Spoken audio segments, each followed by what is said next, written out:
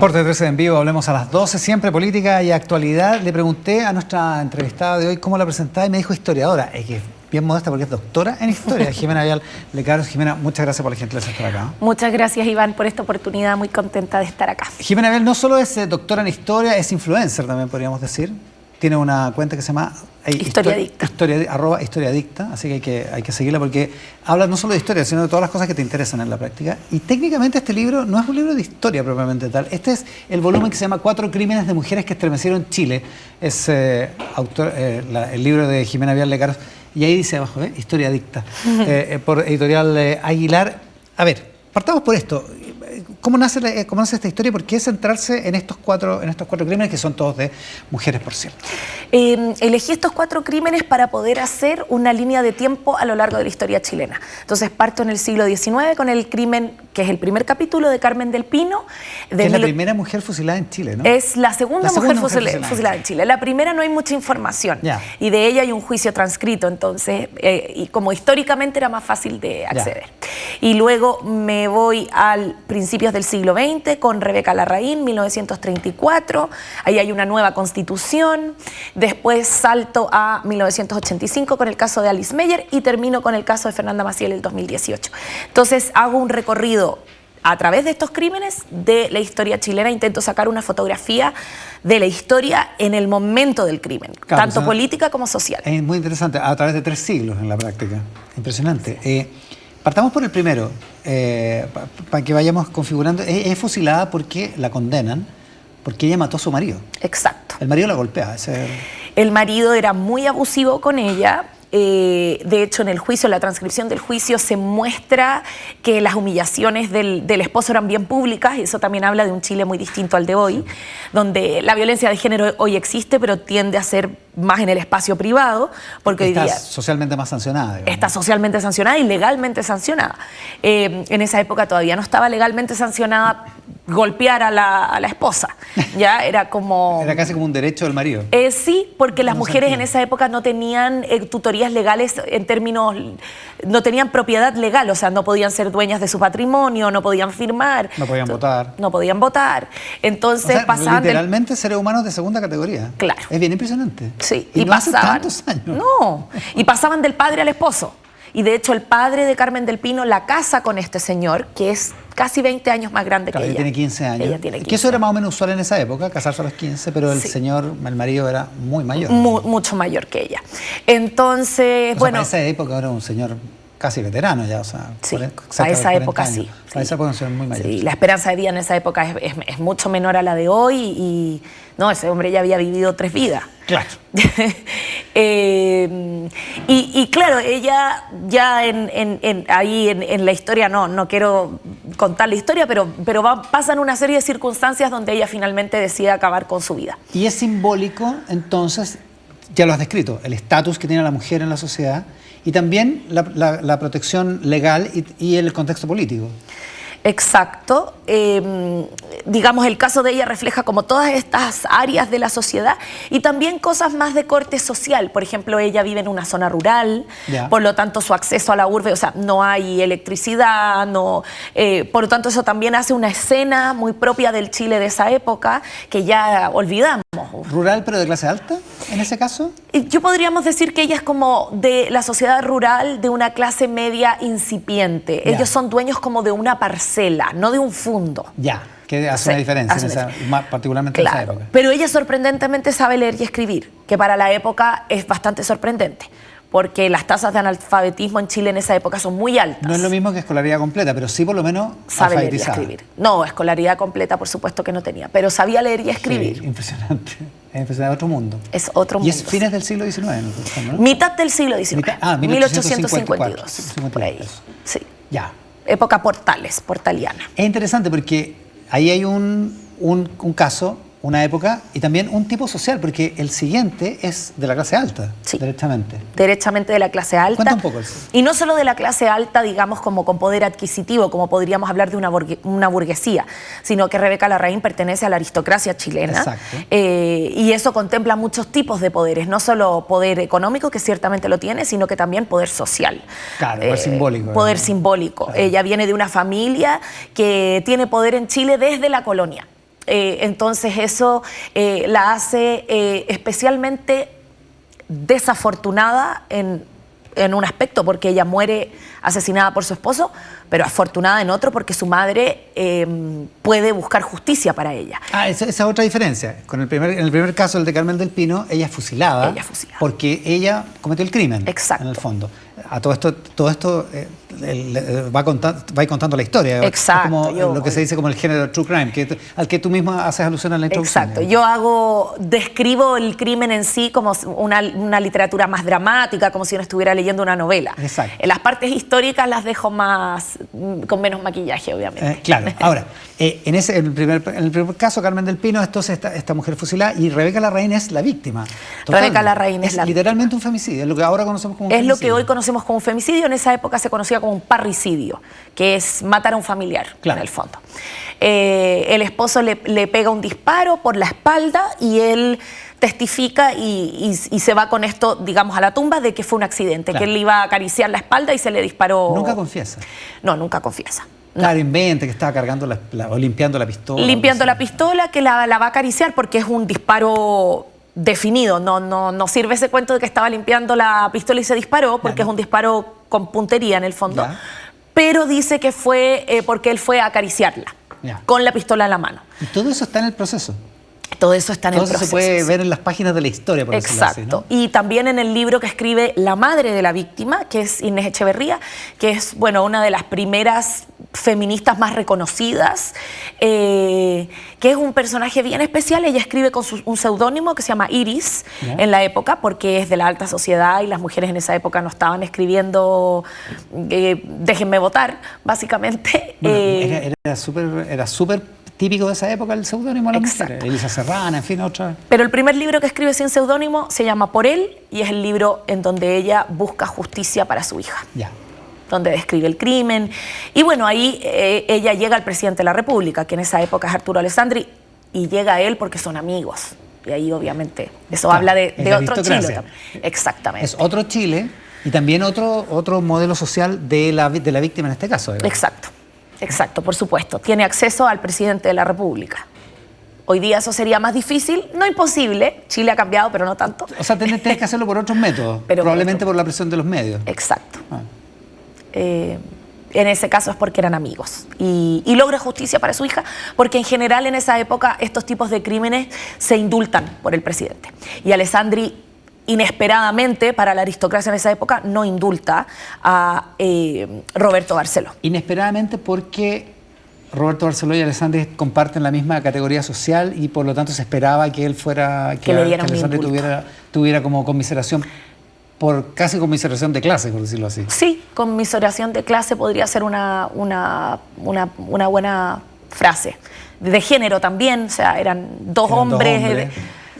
Entonces, mínimo se esperaba que lo indultara. ¿Y el conflicto en este caso es porque hay infidelidad, porque hay maltrato, qué pasa entre ellos que él termina matándola? Bueno, esto porque eso claramente también importa para construir la historia, ¿no? Exacto, es una de las versiones. Hay que decir que ciertamente existe la versión de él, que esto fue un accidente. Pero la versión por la cual se lo condena y se lo fusila es porque en Chile acaba de cambiar la ley y las mujeres por primera vez pueden ser herederas y manejar su patrimonio, cosa que eso en Chile no era posible antes. Estamos hablando de los años 30, estamos hablando de hace casi 100 años, 90 y tantos años. Por primera vez en Chile las mujeres pueden heredar de sus padres y ser dueñas de su patrimonio. ¿Esto viene del cambio constitucional del 25? Exacto. Entonces, bueno, Rebeca Larraín va a heredar una gran fortuna de su padre, que es Joaquín Larraín, que es un latifundista importante, y su esposo Roberto Barceló es un hombre que no tiene fortuna, sí apellido, sí prestancia social, pero no fortuna. Y tiene una imagen que cuidar, porque la cuida mucho, ¿no? Él tiene una imagen que cuidar y es muy también de la época. Hoy día los vicios han cambiado, ¿verdad? Las adicciones son otras, en esa época es el juego. Entonces él era bueno para jugar y tenía muchas deudas acumuladas. O sea que podría haber habido un interés económico en el... Entonces el relato ahí, o lo que cree la familia de ella, es que él la estaba presionando mucho para acceder al patrimonio de ella. Y ella está complicada porque, por otro lado, sus padres no les cae bien Roberto Barceló. Es que, bueno, como lo describiste, no hay cómo. Claro. Si y ahí hay un dilema familiar en el fondo, donde las cosas terminan en lo que terminan. Y el libro va adentro de eso. O sea, el padre de Rebeca Larraín tiene una casona gigante en Cerro Castillo, en Viña, se la trata de llevar para allá. Por otro lado, la familia de Barceló la necesita porque este es como el tiro perdido de la familia, entonces hay que limpiar el nombre. Impresionante, es increíble. Pero además es impresionante cómo el estatus legal, cómo el marco legal cambia las motivaciones, las conductas humanas, digamos. O sea, es cierto que aquí en Chile hacemos una ley para cada cosa, pero también es cierto que las leyes modifican la conducta. Exacto, modifican la conducta, nos entregan posibilidades que antes no existían.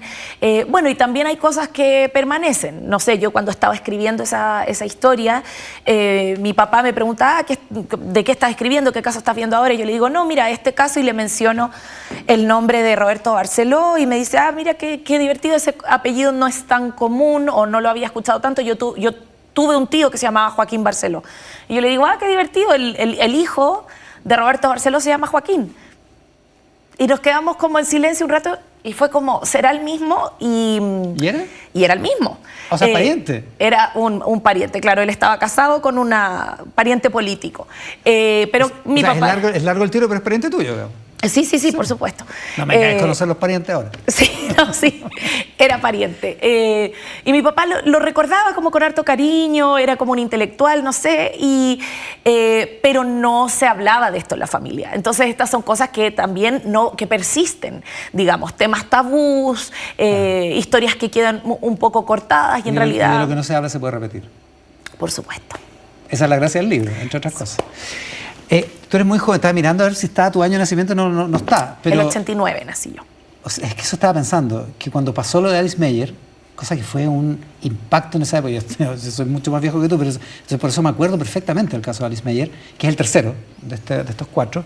Tú no habías nacido, o sea, literalmente lo viste en los documentos históricos, digamos. Lo sabía porque impactó mucho a mi mamá y mi papá. Claro. Y creo que los impactó porque a pesar de que ambos vienen de familias como todo Chile, con mucha política en el fondo, y habían personas involucradas en política, tanto en bandos de apoyo al régimen como contrarios al régimen, con exiliados como... O sea, la clásica familia chilena que queda totalmente dividida. Después de una fractura como la del golpe de Estado. Después de una fractura como el golpe de Estado.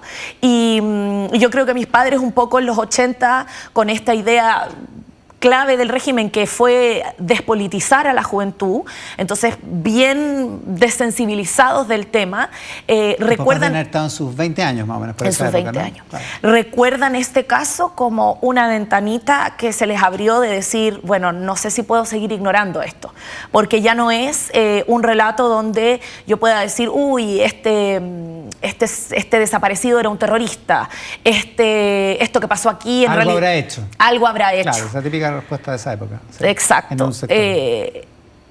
Y esto de alguna manera viene tanto a corroborar a ese lado de la familia que estaba exiliado y a contradecir a ese otro lado de la familia que quedó acá. Es interesante porque el caso de Alice Meyer, esto es lo que ahora son puras casas en la dehesa. Claro. Y eso que era un campo en ese momento, ella aparece muerta, andaba en una moto y supuestamente andaba con alguien más en una moto que es supuestamente el autor del crimen. De hecho, tú partes de ese capítulo diciendo quién mató a Alice Meyer, que es la gran pregunta de esa época. En el año 85, que es el mismo año de los degollados, digamos, por decirlo. Y este crimen no parece un crimen político, incluso cuando han pasado 40 años de él. No es un crimen motivado políticamente, pero es un crimen que no se resuelve debido a la contingencia política del momento. Que es la sospecha sobre el crimen de Rodrigo Anfrons algunos años antes, digamos, exacto. ¿no? Esa cosa que permaneció para siempre en una nebulosa. Y más o menos sigue el modo operandi que se supone que sucede en el caso también de Tucapel Jiménez, que es en el fondo el buscar a alguien a quien inculpar. Claro, que en el caso de Tucapel Jiménez, el carpintero Juan Alegría, que es Juan aparece Alegría. Suicidado de una manera muy exacto. Extraña. Y aquí pasa lo mismo con Delfín Díaz, que es el que buscan inculpar, y que en eso la justicia sí finalmente determina que no fue él. Que también aparece suicidado, claro. Exacto. Sí, pues. También aparece suicidado, colgado, exactamente, y con un reloj de la víctima, pero ahí está el error, que ese reloj ya había sido incautado por las policías. Entonces, no tiene sentido que lo tenga él después cuando se ese reloj que había sido incautado termina en una víctima que trataba de encubrir el crimen. Claro. Si no hay política o corrupción de por medio, no hay cómo explicarlo. No hay cómo explicarlo. Entonces, claro, el crimen no es motivado políticamente, el victimario o el supuesto victimario, en este caso que es Mario Santander, y digo supuesto porque la justicia todavía no concluye ese caso. Claro. No tiene una motivación política para matarla, pero sí encuentra todos los espacios políticos para salir sin juicio del caso y lo hace hasta el día de su muerte. Porque nunca lo había pensado de esa manera, fíjate, nunca lo había visto de esa manera, pero claro, en alguna parte del universo se encaja con el caso de los psicópatas de Viña, que también tuvo una persona inculpada que después la justicia demostró que no era, el caso de Rodrigo Anfos, que no eran casos motivados en su origen políticamente, como la mayoría de los casos que llamaban la atención en esa época, digamos. Y por lo tanto son casos que realmente te demuestran que esto va mucho más allá de un conflicto simplista de decir estas son personas que están rompiendo el orden público. Pero el caso de Alice Meyer te interesa, eso recordemos, el año 85, ¿te interesa por esa dimensión política o te interesa porque también hay una cuestión de crimen contra la mujer? Es evidente que la víctima es una mujer, digamos, pero ¿su asesinato es en función de que es mujer? Yo creo que las dos. O sea, por un lado, Alice Meyer no tenía ningún tipo de relación con el supuesto asesino, que es Mario Santander. Pero sí es una persona de confianza, es una persona que va al restaurante y que le sirve, que conoce, que está en su círculo. Entonces es posible que tú le entregues un espacio de confianza, como subirte en su moto o que él se suba a la tuya. Y esa incapacidad de las mujeres de decir que no, porque uno no quiere ser pesada, uno no quiere ser maleducada. Y terminas haciendo cosas que en el fondo sabías que no quieres hacer. Y que en el fondo sabías que son peligrosas. Que son peligrosas. Eso por un lado. Y por otro lado, porque creo que describe muy bien la falta de instituciones políticas en Chile en esa época. Hoy, con una democracia que le podemos hacer la cantidad de críticas que queramos y que son muchas muy válidas, es muchísimo más difícil elaborar un culpable de la nada.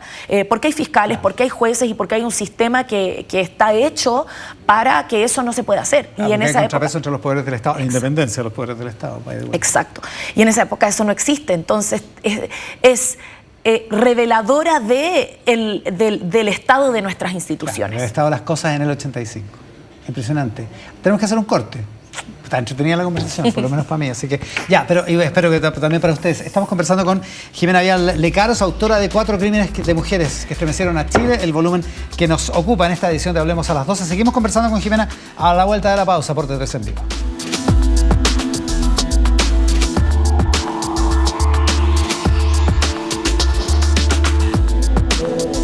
Ya volvemos con Hablemos a las 12 con Iván Valenzuela. T13 en vivo.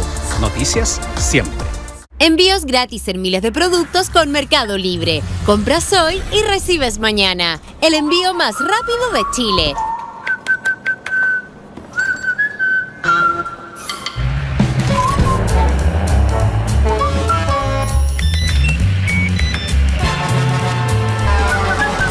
Personas y tecnología en perfecta armonía. Mercado Libre.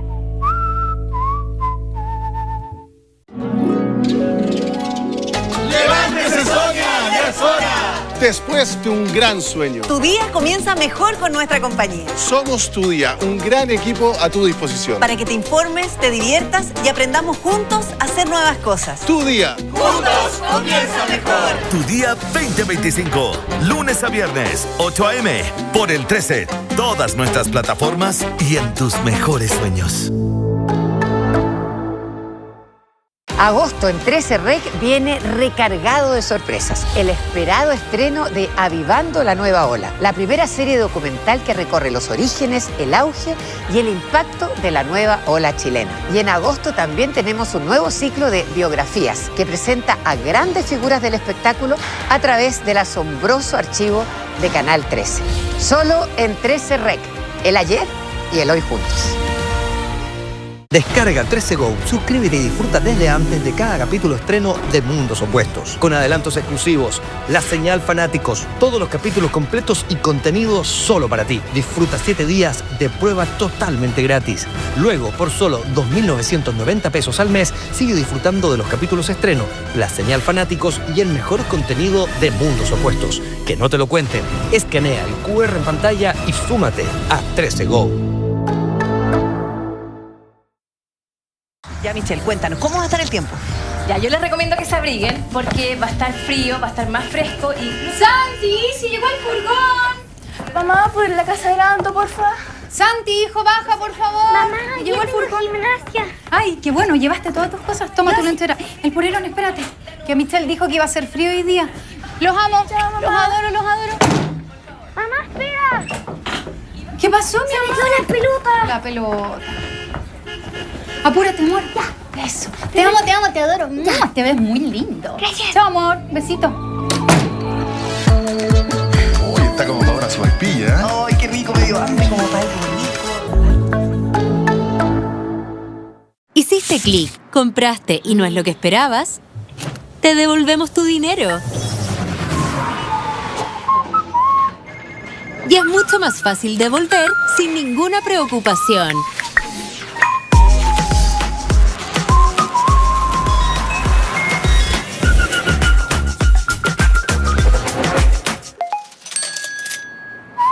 Personas y tecnología en perfecta armonía.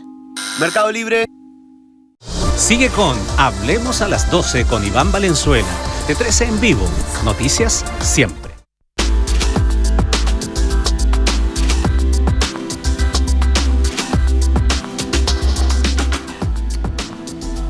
Por TTC en vivo, hablemos a las 12, actualidad y política. Hoy estamos dedicados a este libro que se llama Cuatro crímenes de mujeres que estremecieron a Chile, de Jimena Vial Lecaros, que está con nosotros en este programa.